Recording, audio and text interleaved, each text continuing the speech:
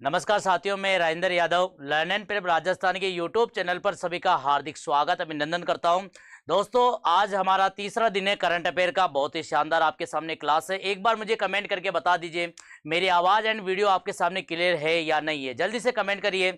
सभी को राधे राधे, जय श्री कृष्णा, गुड इवनिंग सभी साथियों को। और आज जो क्लास होगी बहुत ही शानदार धमाकेदार क्लास रहेगी। दोस्तों, आपके आने वाले एग्जाम में ये बहुत ही रामबाण साबित रहेगी।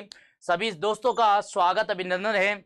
और आज जो क्लास है अपनी, इस क्लास में आपको इतने क्वेश्चन देखने को मिलेंगे जो आपके एग्जाम में डायरेक्ट सटीक लैंग्वेज के साथ में वहां पर आपको मिलेंगे। साथियों, आप आज के क्वेश्चन को एक बार देखिए, वीडियो को शेयर कर दीजिए, लाइक कर दीजिए। और जिन विद्यार्थियों ने अभी तक जो अपने लर्न एंड प्रेप राजस्थान की यूट्यूब चैनल है उसे अगर सब्सक्राइब नहीं किया हो तो सब्सक्राइब कर लेना दोस्तों। और टेलीग्राम चैनल को भी आप ज्वाइन कर लेना ताकि पीडीएफ आपको बराबर मिलती रहे। चलते हैं, शुरुआत करते हैं हम आज के प्रश्नों की ओर बढ़ते हैं। सभी को राधे राधे, जय श्री कृष्ण। देखो भाई, सबसे पहले आपके सामने एक यहाँ पर मैं आपको एक लाइन बोल रहा हूं, वो आपके लिए बहुत ही मजबूत और लाभदायक रहेगी। आपको मंजिल तक, सीकर तक पहुंचाने का प्रयास करेगी। सपनों को अपनी सांसों में रखो, मंजिल को अपनी बाहों में रखो, हर जीत आपकी ही होगी ए दोस्त, बस हर लक्ष्य को अपनी निगाहों में रखो। ये आपके लिए बहुत ही शानदार। धन्यवाद आपको सभी साथियों को। सुमन जी मीणा का गुड इवनिंग, और राहुल जी का हार्दिक स्वागत करता हूं। सूरज जी का हार्दिक स्वागत अभिनंदन। गोलू मीना जी का हार्दिक स्वागत अभिनंदन है। दोस्तों, आज का हमारा पहला क्वेश्चन आपके सामने स्क्रीन पर आने वाला है। पहला क्वेश्चन क्या है, देखिए साथियों, पढ़ो इसको। सबसे पहले करंट अफेयर का हम स्टार्ट कर रहे हैं और पहला क्वेश्चन आपके सामने है। यहाँ पर सभी विद्यार्थी अच्छे से ध्यान से देखिए, कमेंट को बढ़िया कमेंट करिए ताकि मैं भी आपके कमेंट पढ़ के एक अच्छे से लेवल से आपको और भी गाइड कर सकता हूं। गोलू मीना जी का हार्दिक स्वागत है, बबलू जी गोचर का हार्दिक स्वागत है। पहला क्वेश्चन है दोस्तों आपके सामने, सुमन जी का हार्दिक स्वागत है। निम्न में से किस दिन महिला जननांग विकृति के लिए शून्य सहनशीलता का अंतरराष्ट्रीय दिवस मनाया जाता है? निम्नलिखित में से किस दिन महिला जननांग विकृति के लिए शून्य सहनशीलता का अंतरराष्ट्रीय दिवस मनाया जाता है? चार ऑप्शन आपके सामने है दोस्तों। पहला आपका ऑप्शन है 3 फरवरी, ऑप्शन बी 4 फरवरी, ऑप्शन 5 फरवरी और ऑप्शन डी आपका 6 फरवरी। 4 ऑप्शन है आपके सामने यहाँ पर। और जल्दी से कमेंट करके बताइए सभी विद्यार्थी, क्या रहेगा आज का आपका क्वेश्चन। इसके बारे में बहुत ही इंपॉर्टेंट बातें आपको बताऊंगा मैं आज। यानी आप जानते हैं दोस्तों, शून्य सहनशीलता अंतरराष्ट्रीय दिवस जो मनाया जाता है वो 6 फरवरी को मनाया जाता है। कितने फरवरी को मनाया जाता है दोस्तों? 6 फरवरी को मनाया जाता है। ये याद रखना। ये जो दिवस है दोस्तों, ये दुनिया भर में सभी सदस्यों के लिए क्या करता है दोस्तों, एक ऐसी प्रथा है जो इस प्रथा के खिलाफ कार्य करती है। यानी यहाँ पर जो भारत देश के अंदर जो ये प्रथा चलाई गई है, इन प्रथाओं के बारे में जो महिलाएं लड़कियां होती है उनके स्वास्थ्य संबंधी के बारे में, इनके बारे में विचार करते हैं, इनके बारे में ये बताते हैं। तो यहाँ पर कभी आ जाए शून्य सहनशीलता अंतरराष्ट्रीय दिवस कब मनाया जाता है, तो 6 फरवरी को मनाया जाता है। इसके बारे में और जानकारी आपको बता देते हैं। देखिए साथियों, यहां पर मैं आपको बता रहा हूं, 6 फरवरी को महिला जननांग विकृति के शून्य सहनता का अंतरराष्ट्रीय दिवस मनाया जाता है। यह दिवस दुनिया भर के समुदाय के लिए एक ऐसी प्रथा है जिनके खिलाफ है, प्रथा के खिलाफ है। लाखों महिलाओं और लड़कियों के अधिकारों, स्वास्थ्य और कल्याण के उल्लंघन करती है। यानी जो महिलाएं होती है, लड़कियां होती है, उनके स्वास्थ्य के लिए और यहाँ पर अधिकारों के लिए इसके कल्याण का उल्लंघन करता है। अन्य दिवस आपको लिए मैं बता देता हूं। दिवस से संबंधित हर रोज आपका एक प्रश्न बन रहा है और आपके एग्जाम के अंदर आपके क्वेश्चन बनेंगे। बहुत बढ़िया दोस्तों, सभी का लगभग डी आंसर आ रहा है। राम अवतार जी मेरा का हार्दिक स्वागत है, बिल्कुल डी आंसर है। और लगभग यहाँ शिवम जी का हार्दिक स्वागत करता हूं। दोस्तों, आपको अन्य दिवस से संबंधित मैं आपको बता देता हूं। 31 जनवरी को आपका अंतरराष्ट्रीय जेबरा दिवस मनाया जाता है। कौन सा दिवस मनाया जाता है? अंतरराष्ट्रीय जेबरा दिवस मनाया जाता है। और 1 फरवरी को आपको भारतीय तट रक्षक दिवस मनाया जाता है। और आप जानते हैं दोस्तों, 2 फरवरी को विश्व आर्द्र भूमि दिवस मनाया जाता है। 4 फरवरी को आपका कैंसर डे, विश्व कैंसर डे मनाया जाता है। और 4 फरवरी को आपको नर्मदा जयंती भी मनाई जाती है। यह भी आपको ध्यान रखना है। बिल्कुल, सानिया मीना जी का हार्दिक स्वागत अभिनंदन है, बहुत बहुत धन्यवाद आपका। यहां पर आपके सामने जो दिवस है, दिवस से संबंधित आपको प्रश्न हमेशा बनेंगे और एग्जाम में हमेशा पूछे जाएंगे। दोस्तों, आपको यह भी ध्यान रखना है, 4 फरवरी को आपका अंतरराष्ट्रीय मानव बंधुत्व दिवस भी मनाया जाता है और 4 फरवरी को ही आपका विश्व कैंसर दिवस मनाया जाता है, और 4 फरवरी को ही आपका एक और दिवस मनाते हैं जिसे नर्मदा जयंती बोलते हैं, नर्मदा जयंती बोला जाता है। तो नर्मदा जयंती दिवस भी आपका 4 फरवरी को मनाया जाता है। मां नर्मदा के इसके बारे में बताया मैंने कल आपको, इसकी जो लंबाई है 1312 किलोमीटर है दोस्तों, और ये आप जानते हैं पूरब से पश्चिम की ओर बहने वाली भारत की सबसे लंबी नदी है। इसके बारे में मैंने कल आपको क्वेश्चन बताए थे सारे के सारे। आशु जी मीणा का राधे राधे, हार्दिक स्वागत करता हूं। आरसीएम सर का हार्दिक स्वागत अभिनंदन करता हूं। चलते हैं अगले क्वेश्चन की ओर। अगला क्वेश्चन क्या कहता है दोस्तों, देखिए क्वेश्चन नंबर आपका सेकंड है और बहुत ही प्यारा अच्छा क्वेश्चन है। देखो भाई, सिमोना हालेप किस खेल से संबंधित है जिन्होंने हाल ही में संन्यास ले लिया है? दोस्तों क्या है क्वेश्चन, सिमोना हालेप किस खेल से संबंधित है जिन्होंने अभी हाल ही क्या संन्यास ले लिया है? तो यहां पर आपके 4 ऑप्शन है और चारों ऑप्शन आपके सामने है दोस्तों। Badminton, option B table tennis, option C tennis, option D cricket. ये 4 विकल्प आपके सामने हैं, जल्दी से कमेंट करके बताइए। राम अवतार जी बिल्कुल यहां पर बता रहे हैं, बहुत बढ़िया, धन्यवाद आपका। बनवारी सर का हार्दिक स्वागत अभिनंदन करता हूं मैं।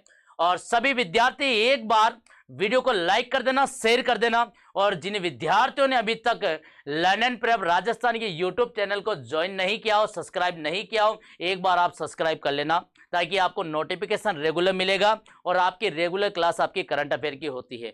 बिल्कुल यहाँ पर बच्चे बढ़िया साथी यहाँ पर आंसर दे रहे हैं, सभी का बिल्कुल सही आंसर आ रहा है। ऑप्शन सी आपका बिल्कुल टेनिस है दोस्तों। सिमोना हालेप ने अभी हाल ही जो संन्यास लिया दोस्तों, सबसे कम उम्र है, 33 साल की उम्र में इन्होंने क्या किया, संन्यास ले लिया। इन्होंने कुल 34 यहां पर टाइटल जीते हैं। कितने? तो याद रखना दोस्तों, ये कितने वर्ष की है, 33 वर्ष की आयु में इन्होंने क्या किया दोस्तों, संन्यास ले लिया। और जब आपको मैं बता देता हूं, 2017 में इनकी वर्ल्ड में 2017 में इनके वर्ल्ड में फर्स्ट रैंकिंग थी दोस्तों। क्या थी? फर्स्ट रैंकिंग थी। और वर्तमान में 2025 में जो इनकी जो रैंकिंग है दोस्तों वर्ल्ड में, वो 870 है। कितनी है दोस्तों? 870 है। तो ये भी आपको ध्यान रखना है, ये सबसे कम उम्र के 33 साल की वर्ष में इन्होंने संन्यास ले लिया, जब 2017 में इनका जो यहाँ पर वर्ल्ड में पहले रैंक थी, और वर्तमान 2025 के अंतर्गत इनकी जो वर्ल्ड में जो रैंकिंग है दोस्तों वो 870 है। ये क्वेश्चन आपके 100% आ सकता है, वेरी इंपॉर्टेंट क्वेश्चन है। आगे इसके बारे में हम जानकारी करते हैं। देखिए यहां पर आपको और बता देता हूं मैं, देखिए इन्होंने अपने जीवन में कुल टोटल कितने चॉइस टाइटल आपके कुल जीते हैं, और ये टेनिस की प्रसिद्ध खिलाड़ी है, टेनिस की प्रसिद्ध खिलाड़ी है जिन्होंने 33 वर्ष की आयु में संन्यास ले लिया। और ये रोमानिया देश की रहने वाली है। कहाँ की है दोस्तों? रोमानिया देश की रहने वाली है। ये टेनिस की प्रसिद्ध खिलाड़ी है। 2018 और 19 में इन्होंने जो क्रिकेट यहाँ टेनिस में जो यहाँ पर मैच खेला गया था, ये फ्रेंच ओपन कप यहां पर जीता था 2018 में। और 2019 की बात करते हैं तो 2019 में विंबलडन जीता था इन्होंने, एक कप होता है जिसको जीता था। और आपको इसके बारे में और अच्छे से बता देते हैं, 2017 के अंदर वर्ल्ड में इनके पहले रैंक थी, कौन सी थी? फर्स्ट रैंक आई थी। और 2025 में इनकी वर्ल्ड रैंकिंग अभी कौन सी है दोस्तों? 870। कितनी है दोस्तों? 870। बिल्कुल पायल जी मीणा का बिल्कुल हार्दिक स्वागत है। आशु जी का बिल्कुल सही आंसर है, पायल जी का बिल्कुल सही आंसर है, राम अवतार जी का आंसर सही है, और लगभग मेरे प्यारे सभी साथियों का, सूरज जी लोधा का भी बिल्कुल सही आंसर है, लगभग सभी विद्यार्थियों का सही आंसर है। चलते हैं अगले क्वेश्चन की ओर। और याद रखना दोस्तों, अगर उम्र पूछा जाए तो 33 साल की उम्र में संन्यास लिया। अगर देश पूछा जाए तो कहां पर है? रोमानिया देश की रहने वाली है। इन्होंने कुल कितने टाइटल जीते? तो चॉइस टाइटल जीते। कितने टाइटल जीते दोस्तों? कुल चॉइस टाइटल जीते हैं। और 2017 में इनकी पहली रैंक थी वर्ल्ड में, और 2025 में इनकी वर्ल्ड में जो रैंकिंग है दोस्तों वो 870 है। कितनी है? 870 है। चलते हैं अगले क्वेश्चन की ओर। आपके यहां पर अन्य खिलाड़ियों के बारे में और बता देता हूं, जिन विद्यार्थियों ने रिटायर लिया है, संन्यास लिया है, वो कौन कौन से खिलाड़ी हैं। तो देखिए दोस्तों यहां पर अन्य रिटायर्ड खिलाड़ी कौन कौन है। देखो मार्टिन गुप्टिल है, इन्होंने क्रिकेट से संन्यास लिया, ये न्यूजीलैंड से हैं। और तमीम इकबाल है, ये भी क्रिकेट खेलते हैं, इन्होंने भी क्रिकेट से संन्यास लिया, ये बांग्लादेश से हैं। और रिद्धिमान भारत के जो खिलाड़ी है इन्होंने भी क्रिकेट से संन्यास ले लिया, यानी कि 24 साल की उम्र में, 24 वर्ष की उम्र में इन्होंने क्या किया दोस्तों, संन्यास ले लिया। रिद्धिमान ने भी अपने क्रिकेट से क्या कर लिया, सभी जो जितने भी आपके वर्ल्ड कप होते हैं, T20 कप होते हैं, उन सभी से क्रिकेट से क्या कर लिया, इन्होंने संन्यास ले लिया। ये भी आपको ध्यान रखना है दोस्तों। आगे बात करते हैं, अगला क्वेश्चन है। अगला क्वेश्चन बहुत ही अच्छा क्वेश्चन है, लेवल का क्वेश्चन है। थोड़ा सा इसे लैंग्वेज को समझना क्या कह रहा है क्वेश्चन। जी बिल्कुल, क्वेश्चन पढ़ते हैं। ट्रोपेक्स 25 नामक सैन्य अभ्यास, ट्रोपेक्स 25 नामक सैन्य अभ्यास का आयोजन निम्नलिखित में से किसके द्वारा किया गया, किसके द्वारा किया गया। आपके सामने 4 ऑप्शन है। ऑप्शन ए भारतीय वायुसेना द्वारा, ऑप्शन बी भारतीय नौसेना द्वारा, ऑप्शन सी सीमा सुरक्षा बल द्वारा, ऑप्शन डी भारतीय तट रक्षक द्वारा। यहां पर आपके सामने मैं बता देता हूं दोस्तों, जब आपके 2008 में मुंबई में जो हमला हुआ था, मुंबई में हमला हुआ था आतंकवाद के द्वारा, तो यहां पर आतंकी कहां से आए थे दोस्तों, तो यहां पर जो आतंक आए थे, तो ये याद रखना दोस्तों, समुद्र इलाकों से आए थे, समुद्र इलाकों से आए थे। और जब इन्होंने देखा कि यार समुद्र की तरफ से यहां पर आतंकवाद आए जिन्होंने हमला किया था, तो इन्होंने 2018 में एक योजना बनाई। और जब योजना बनाई थी तो यहां पर भारतीय जो सेना है, नौसेना, तो भारतीय नौसेना ने एक योजना बनाई थी दोस्तों। इन योजनाओं के द्वारा हिंद महासागर की सुरक्षा के लिए बनाई गई योजना है। तो 2019 के अंतर्गत ट्रोपेक्स नामक सैन्य अभ्यास चलाया गया था, लॉन्च किया गया था। क्या किया था दोस्तों, 2019 में ट्रोपेक्स 25 नामक सैन्य अभ्यास लॉन्च किया गया था, एक मिशन लॉन्च किया गया था, जिसका केवल क्या कार्य था दोस्तों, तीनों सेनाएं मिलकर, यहां पर भारतीय नौसेना, वायुसेना और थल सेनाएं, ये तीनों सेनाएं मिलकर प्रत्येक 2 वर्ष में हिंद महासागर के तट रक्षक की क्या करते, सुरक्षा के लिए लगाया गया था। जी बिल्कुल, बहुत शानदार, विशाखापट्टनम में हुआ था। हाँ, लगभग हिंद महासागर जो है आपका, उसकी सुरक्षा के लिए, क्योंकि जो आतंकवाद है समुद्री इलाके से आते थे, तो उनके आतंकवाद से छुटकारा पाने के लिए अपने यहां पर क्या किया था, सैन्य अभ्यास लॉन्च किया है। तो दोस्तों इसका सही आंसर है आपका भारतीय नौसेना। आगे बात करते हैं दोस्तों, जब 26/9/2008 में मुंबई में जो हमला हुआ था, उसके बाद में 2018 में भारतीय सरकार ने एक ऐसा प्लान तैयार किया, जिसके द्वारा यहां पर हिंद महासागर की रक्षा कर सकते हैं, वहां से आतंकवादियों का हमला जो होता है उसे हम रोक सकते हैं, उनकी सुरक्षा के लिए कड़ी निगरानी कर सकते हैं। तो यहां 2019 में पहली बार ट्रोपेक्स अभ्यास किया गया, ये आपका ट्रोपेक्स अभ्यास किया गया। इसमें नौसेना, इंडियन एयरफोर्स और तट रक्षक बल हर 2 वर्ष में क्या करते हैं, भाग लेते हैं।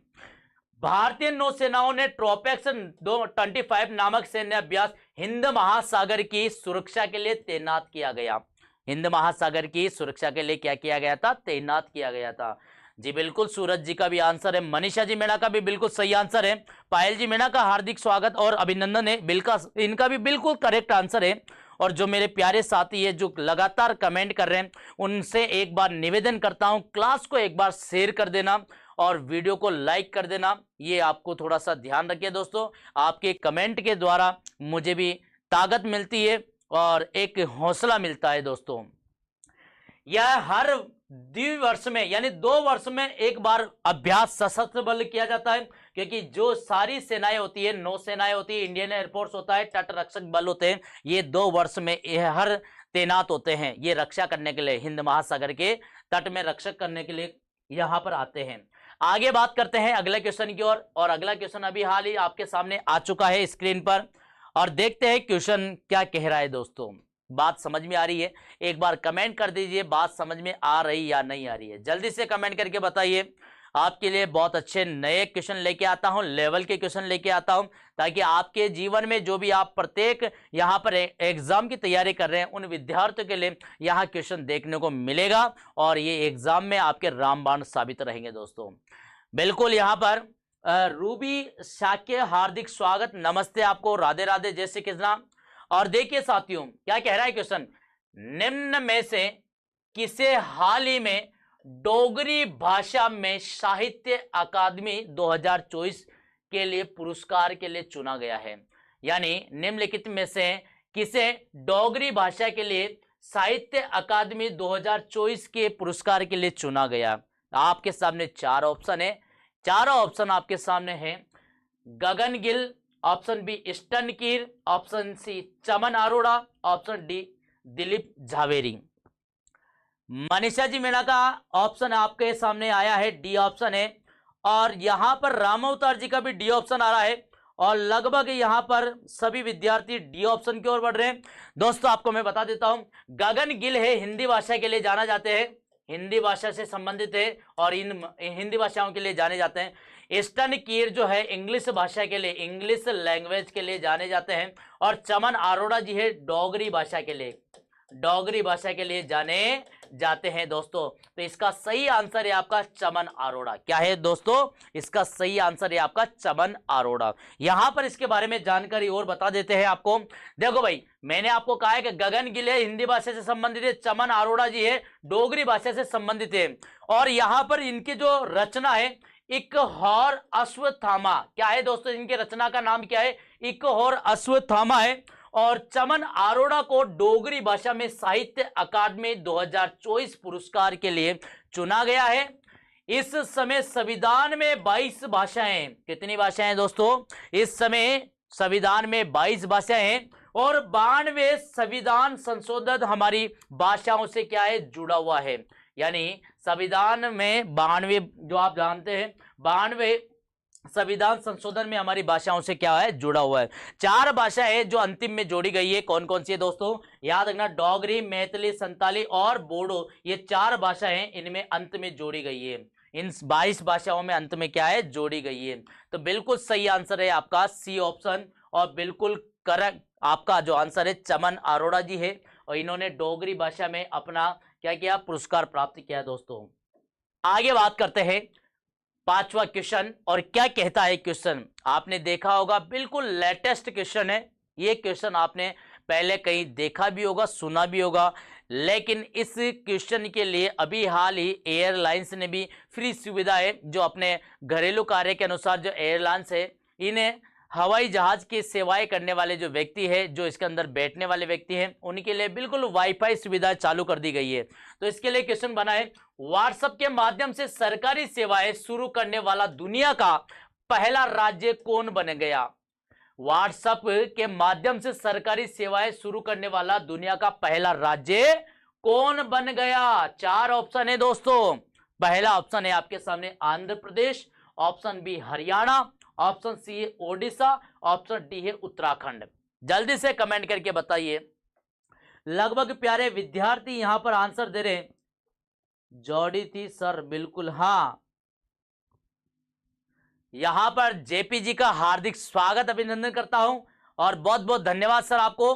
रामावतार जी भी बिल्कुल बता रहे, बिल्कुल करेक्ट आंसर है रामावतार जी का और बिल्कुल सही आंसर है आंध्र प्रदेश। याद रखना दोस्तों, व्हाट्सएप के माध्यम से सरकारी सेवाएं शुरू करने वाला जो दुनिया का पहला राज्य है वो आंध्र प्रदेश। आंध्र प्रदेश ने ही दोस्तों इसमें सेवाओं का आदान प्रदान करने के लिए ये नियम लागू किया है। और यहां पर मैं आपको बता देता हूं आंध्र प्रदेश के बारे में, क्योंकि दुनिया के अंदर पहला राज्य ऐसा है जिन्होंने सेवाएं शुरू की है। देखो, आंध्र प्रदेश आईटी मिनिस्टर द्वारा, ये थोड़ा सा यहां पर आईटी मिनिस्टर द्वारा लोकेश जी ने लॉन्च किया है। किसने लॉन्च किया दोस्तों? लोकेश जी। आंध्र प्रदेश आईटी मिनिस्टर लोकेश जी द्वारा लॉन्च किया गया है। इस एप्लीकेशन को मित्र नाम दिया गया है। क्या दिया गया है दोस्तों? ये याद रखना, मन मित्र पूरा नाम इसका है। क्या है दोस्तों? मन मित्र, पूरा नाम इसका मन मित्र है। इस एप्लीकेशन को मन मित्र नाम दिया गया है क्योंकि मन मित्र में वर्तमान में कितनी जनसेवाएं हैं? 161। मन मित्र में वर्तमान में 161 जन सेवाएं हैं और भविष्य में आंध्र प्रदेश 360 प्लस योजनाओं को शुरू करेगा। क्या करेगा दोस्तों? वर्तमान में जो आपकी सुविधाएं हैं दोस्तों 161 जन सेवाएं और भविष्य में 360 प्लस यहां पर योजनाएं शुरू करेगा। एक बार और बता देता हूं मैं, भारत में प्रथम जो भी चीजें हैं आपके सामने यहां पर लगभग सभी विद्यार्थी बिल्कुल सही आंसर दे रहे हैं। बबलू जी का आंसर, सूरज जी का, सानिया मीणा जी का, मनीषा जी का बिल्कुल, और रूबी का, और यहां पर जेपी जी का बिल्कुल राधे राधे, और बिल्कुल सही आंसर दिया बच्चों ने। आंध्र प्रदेश बिल्कुल सही आंसर दिया है। मैं आपको बता देता हूं, समुद्र पर भारत के पहला ग्लास ब्रिज जो बनाया है वो कन्याकुमारी में बनाया गया है। समुद्र पर भारत का पहला ग्लास जो ब्रिज बनाया गया है वो कन्याकुमारी पर बनाया गया है। और घरेलू उड़ानों में इन फ्लाइट में वाईफाई इंटरनेट सेवा शुरू करने वाली भारतीय एयरलाइंस कौन सी है? Air India. दोस्तों याद रखना, ये वेरी इंपॉर्टेंट लाइन है, ये आपके एग्जाम में 100% आ सकती है। घरेलू उड़ानों में इन फ्लाइट वाईफाई इंटरनेट सेवा शुरू करने वाली भारतीय एयरलाइंस कौन सी है? Air India. भारत की पहली तटीय और वैडर पक्षी जनगणना कहां पर है दोस्तों? तो गुजरात में। कहां पर है दोस्तों? गुजरात में। यह भी आपको ध्यान रखना है। राधे श्याम जी का हार्दिक स्वागत है और बिल्कुल सही आंसर दिया है इनने। और यहां पर आपको ध्यान रखने, तो यहां पर याद रखना, भारत में प्रथम उद्देश्यों के बारे में बताया मैंने कि यहां पर कन्याकुमारी में क्या बनाया गया? तो भारत का पहला ग्लास ब्रिज बनाया गया जो समुद्र में है। दूसरी बात है, घरेलू जो विमान होते हैं उनमें वाईफाई सुविधाओं के लिए इंटरनेट की जो सेवा शुरू की गई है ये एयर इंडिया ने किया गया है। और भारत की पहली तटीय और वेडर पक्षी जो जनगणना है ये गुजरात में है, ये भी आपको ध्यान रखना है। आगे बात करते हैं, क्वेश्चन नंबर आपका 6 है और क्या कहता है क्वेश्चन? एक बार क्वेश्चन को अच्छे से पढ़िए, समझिए। हाँ बिल्कुल, बहुत बढ़िया, धन्यवाद आपका, स्वागत है आपका भी बिल्कुल। देखिए साथियों, हम बात करें क्वेश्चन नंबर 6 की और क्या कहता है क्वेश्चन? निम्न में से किस शहर में दुनिया के सबसे बड़े वैश्विक न्याय, प्रेम और शांति शिखर सम्मेलन का आयोजन किया जाएगा?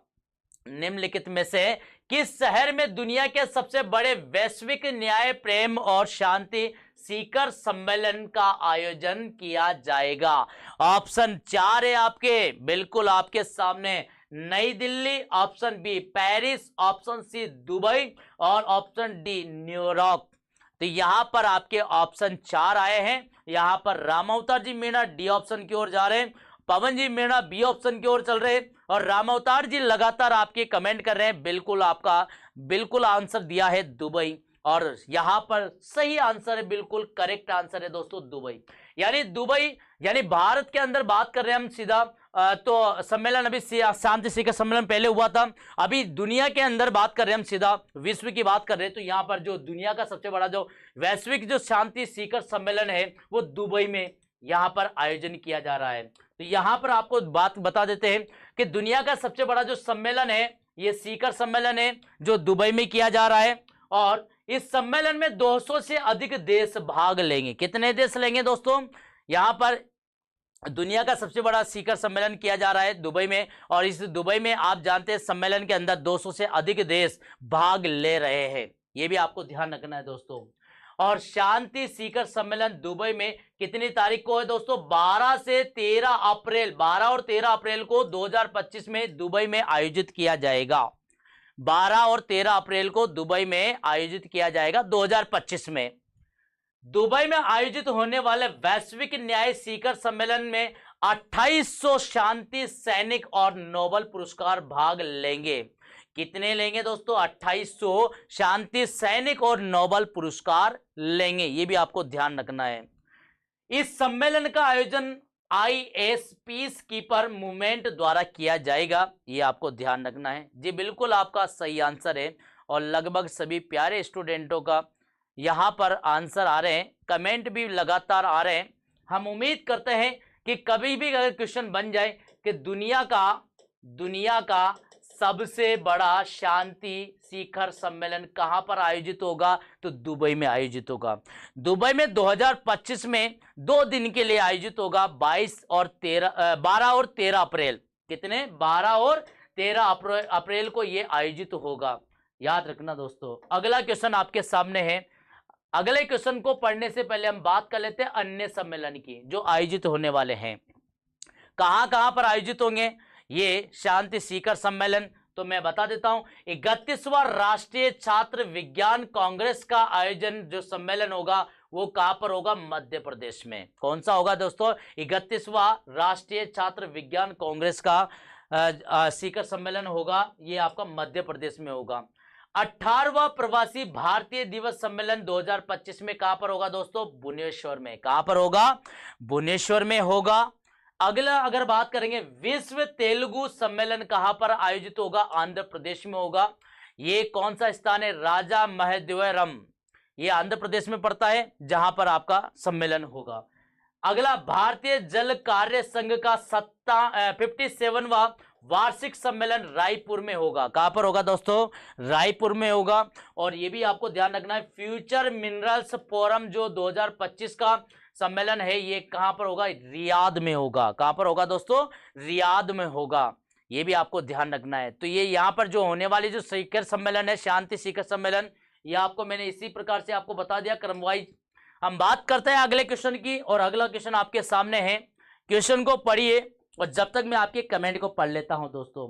हाँ, दीपक जी मीणा भी हाँ कर रहे हैं, मनीषा जी का भी बिल्कुल आंसर आ रहा है, और यहाँ पर जेपी जी का शानदार, बिल्कुल बहुत बहुत धन्यवाद सर, आपको हार्दिक स्वागत है आपका। देखिए भाई, क्वेश्चन नंबर 7 में है, निम्नलिखित में से किस राज्य में भारत का पहला सफेद बाघ प्रजनन केंद्र स्थापित किया जाएगा? भारत में किस राज्य में पहला सफेद बाघ प्रजनन केंद्र स्थापित किया जाएगा? यहां पर आपके सामने 4 ऑप्शन है, और बिल्कुल यहां पर आपने पहले कभी देखा भी होगा, सुना भी होगा। जहां पर सफेद बाघ पाए जाते हैं, दुनिया का सबसे पहला जो बाघ पाया गया सफेद, जिसका नाम मोहन रखा गया। क्या नाम रखा गया था? यहां पर सफेद बाघ जब पाया गया था, उस सफेद बाघ का नाम क्या रखा था? मोहन। और ये सफेद बाघ कहां पर पाया गया था दोस्तों? तो याद रखना, मध्य प्रदेश में। कहां पर पाया गया था? मध्य प्रदेश में पाया गया था। मध्य प्रदेश में आप जानते हैं, यहां पर बांधवगढ़ है, जिला है एक बांधवगढ़, ये बांधव जिला है। कौन सा है दोस्तों? बांधव जिला। ये बांधव जिला है जिसके अंदर ये पाया गया था सफेद बाघ। तो ये कहां पर पड़ता है दोस्तों? मध्य प्रदेश में। जब यहां पर अभ्यारण्य के अंदर यहां पर सर्च अभियान करवाया था, तो मैं आपको बता देता हूं, जब सर्च अभियान करवाया गया था दोस्तों, तो यहां पर 200 से अधिक यहां पर सफेद बाघ पाए गए थे। सबसे पहला जो सफेद बाघ पाया गया था वो मध्य प्रदेश में पाया गया था, जिसका नाम क्या रखा था? मोहन। क्या नाम रखा था? बिल्कुल यहां पर जेपी जी का आंसर बिल्कुल सही आया है। एमपी पायल जी मीणा का बिल्कुल सही आंसर, सूरज जी लोधा का आंसर बिल्कुल सही है, राम अवतार जी का भी बिल्कुल सही आंसर है। हम बात कर लेते हैं दोस्तों, ये भारत का पहला सफेद बाघ प्रजनन केंद्र स्थापित किया जाएगा किसको? मध्य प्रदेश को। यहां पर देखो, इसके बारे में जानकारी बता देते हैं। 1951 में मध्य प्रदेश में जोधपुर नरेश, कौन थे दोस्तों? जोधपुर नरेश शिकार करने के लिए गए थे, और इनके साथ इनका जो दोस्त था, इनका जो फ्रेंड था, ये रीवा के, कहां के थे? रीवा के राजा थे मातरंड सिंह। कौन थे दोस्तों? मातरंड सिंह, जिनके साथ में शिकार करने गए थे। तो याद रखना दोस्तों, जब पहली बार 1951 में मध्य प्रदेश में जोधपुर नरेश शिकार करने गए थे, इनके दोस्त जो रीवा के राजा थे मातरंड सिंह, उनके साथ में, तब इन्होंने एक शेरनी को देखा था। क्या देखा था? इन्होंने एक शेरनी को देखा था, और शेरनी के 3 बच्चे थे। कितने बच्चे थे? 3 बच्चे, जिन्हें शावक कहते हैं। तो 3 शावक में से 2 शावक को इन्होंने मार दिया था, और एक शावक था जो इधर उधर जाके छिप गया था, वो सफेद शावक था। तो ये याद रखना, एक शेरनी के 3 शावक थे, जिनमें 2 शावक को इन्होंने मार दिया था, और एक शावक था जो क्या हुआ? सफेद रंग का था, जो कहीं जाकर छिप गया था। जब जंगल में इन्होंने खोज करी, सर्च अभियान चलाया गया, तो सफेद बाघ पाया गया। इसलिए हम कहते हैं दुनिया का सफेद बाघ पाया गया। उसका नाम क्या रखा इन्होंने? मोहन रखा। क्या नाम रखा दोस्तों? मोहन रखा गया था।